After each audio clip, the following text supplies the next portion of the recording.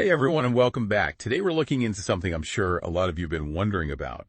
Can you actually, indict a Supreme Court justice? I mean, they're the ones, right, who are supposed to interpret the Constitution. They sit on the highest court.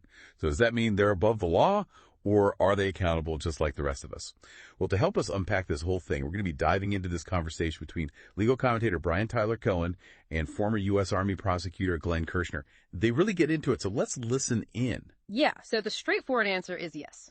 Supreme Court justices can be charged with crimes, just like anyone else. Being a Supreme Court justice doesn't give you a get-out-of-jail-free card. It's not like you get to carry around, some kind of immunity card. The law applies equally. However, just like with any other criminal case, there are certain standards that have to be met. There needs to be sufficient evidence to establish what we call probable cause. Essentially, that means there has to be enough evidence to convince a group of people, a grand jury, that a crime was likely committed. And naturally, the prosecutor has to look at it all and believe they've got a reasonable chance of actually winning if they take the case to court. So you got to have a really strong case, not just a hunch. Right. And speaking of situations that might warrant a closer look, let's talk about Justice Clarence Thomas for a second. There's been a lot of buzz about his, shall we say, unique approach to financial disclosures. Or maybe more accurately, things he's neglected to disclose. One example that's been making headlines is this whole RV situation. Apparently, he sort of forgot to mention a $250,000 RV he received as a gift from a wealthy Republican donor. And get this, it was initially categorized as a loan, but surprise, surprise, it was later forgiven. Sounds a little fishy, no? Yeah, that's a great example of why these financial disclosure laws exist. It's not just about dotting your I's and crossing your T's. These forms are all about transparency and accountability, especially for those in positions of power.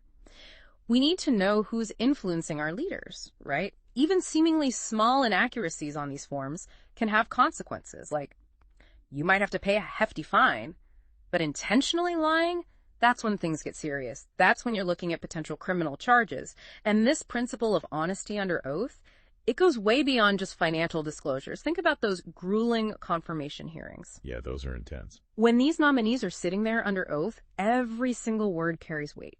If they flat out lie during those hearings, that's a big no-no. We're talking about a false official statement. You often hear it called a 101 violation, and that can land you in some hot water, up to 5 years in prison for each count of lying. Wow, 5 years for each count.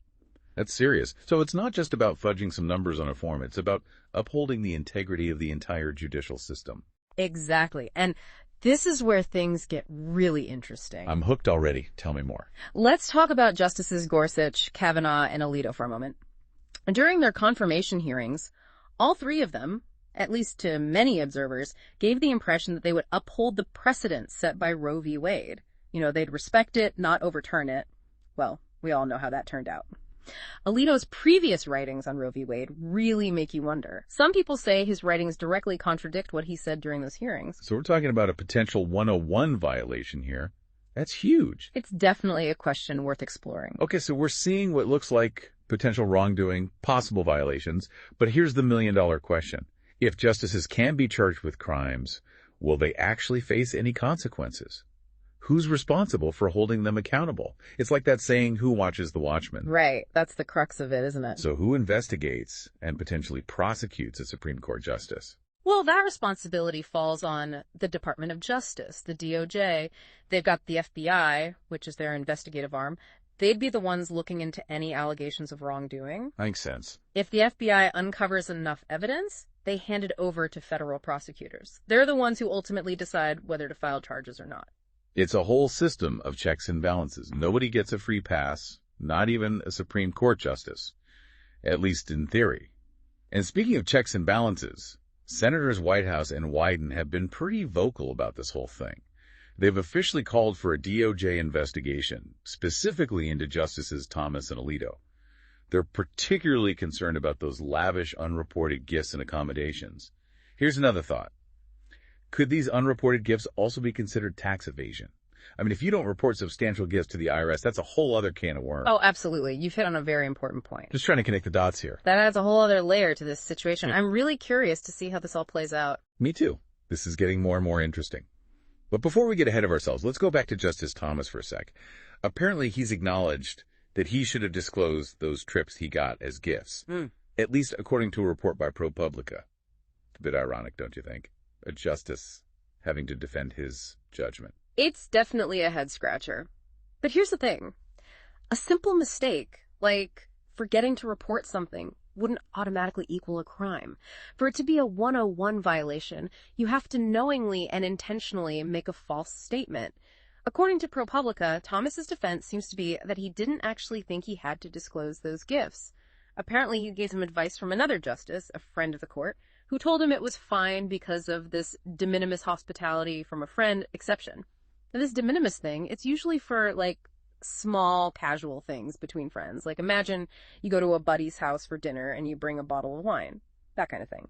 It's a stretch to say it applies to hundreds of thousands of dollars worth of luxury trips, don't you think? Yeah, it does seem like they're playing a bit fast and loose with that definition. So if a justice can get away with not disclosing these extravagant gifts by hiding behind this friend of the court interpretation, what does that say about accountability? I mean, are there any real mechanisms in place to address potential misconduct or even just bad judgment? Well, there are a few options, but they're not exactly easy to implement. It's a tricky situation. How so? One option is impeachment by Congress. You know, like they can do with the president. They have the power to remove a justice from office. But that's a big deal. It's not something they take lightly. It requires a super high burden of proof. Plus, you need a lot of political will to even get the ball rolling. And historically speaking, it's incredibly rare. It's only happened once in U.S. history for a Supreme Court justice, way back in 1805. Wow, 1805. So impeachment is more of a last resort, not something you'd use for a minor slip-up. Exactly. Then there's the option of filing a complaint with the Judicial Conference. It's basically this group of federal judges, and they're responsible for overseeing the federal judiciary. They can investigate allegations of misconduct, and if they find something fishy, they can recommend some disciplinary actions. Sounds promising. The catch is their authority is pretty limited. And even if a justice is found guilty of some wrongdoing, the consequences are often a slap on the wrist. So it's like a toothless tiger. Pretty much. It highlights a real dilemma with the Supreme Court. They wield immense power, yet there are very few checks and balances compared to the other branches of government. So what can be done? That's the question, isn't it? This lack of accountability has led to calls for some pretty major reforms. Some people want term limits for justices. Interesting. Like fixed terms instead of lifetime appointments. Right. Others are pushing for a stricter code of ethics specifically for the court. And then there's the idea of expanding the court. The thought is that adding more justices could help rebalance the ideological makeup. I can see how those could address some of the concerns, but I imagine those kinds of changes would be met with a lot of resistance. Oh, absolutely. Reforming the Supreme Court is like trying to turn a battleship. It's slow, it's messy, and it gets very political very quickly. So where does that leave us? Well, the good news is that people are talking about it. The recent focus on these ethical concerns and this push for greater accountability, it shows that people are paying attention. They're starting to see the cracks in the system. Yeah, and public awareness is often the first step towards change. Yeah. But there's also this other court to consider, right? The court of public opinion. I mean, there's been a constant stream of negative press about Justice Thomas and some of the other justices in recent years. All these scandals, all these controversies, it's got to be having some kind of impact on how people view the Supreme Court as a whole, right? Absolutely. Public trust in institutions is fragile, and the Supreme Court is no exception. There's been a lot of research on this, and it's clear that public confidence in the court has been on a downward trend for quite a while now. Why do you think that is? Well, some people point to the confirmation process itself. It's become so incredibly partisan, so politically charged, it leaves people wondering if these justices are truly impartial or if they're just carrying out the agendas of the political parties that put them there. That's a good point. And then you have some of the court's recent rulings, like the overturning of Roe v. Wade. Those decisions have been deeply divisive, and they've further fueled the perception that the court is becoming more about politics than law. Exactly. And that's incredibly dangerous because the legitimacy of the Supreme Court hinges on this idea that it's above the political fray. It's supposed to be a neutral arbiter interpreting the Constitution based on its merits, not on personal beliefs or political ideologies. It's like those statues you see, blind justice holding the scales. Exactly. When that image starts to crumble, it erodes the very foundation of our legal system. But can anything be done to restore public trust in the Supreme Court? Or is it too late? Well, that's the million-dollar question, isn't it? It's a tough one. There are definitely things that could help, but there's no magic bullet. So what are some of the ideas being floated around? Well, one idea that's gaining traction is increasing transparency. Like, what if we televise the oral arguments? Oh, interesting. Let the public see how the sausage is made, so to speak. Exactly. Or how about requiring justices to follow a stricter code of ethics, similar to what we have for other federal judges? That makes sense. I mean, they are judges after all. Right. And then there are those who believe we need more structural changes.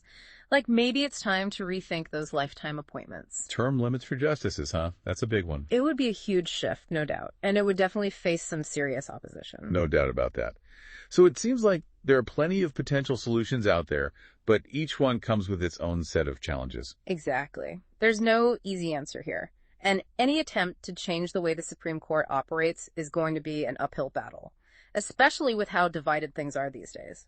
True enough. Yeah. So for our listeners who are feeling a little overwhelmed, maybe even a little disillusioned by all this, what's the key takeaway here? Really? What can they do to feel more empowered in the face of these really complex issues? Well, it's easy to feel powerless when you're talking about something as big and influential as the Supreme Court. But the truth is, we all have a role to play. I love that. So how can our listeners become more engaged, more informed about these issues? What actions can they take? First and foremost, stay informed. And I don't just mean passively scrolling through headlines.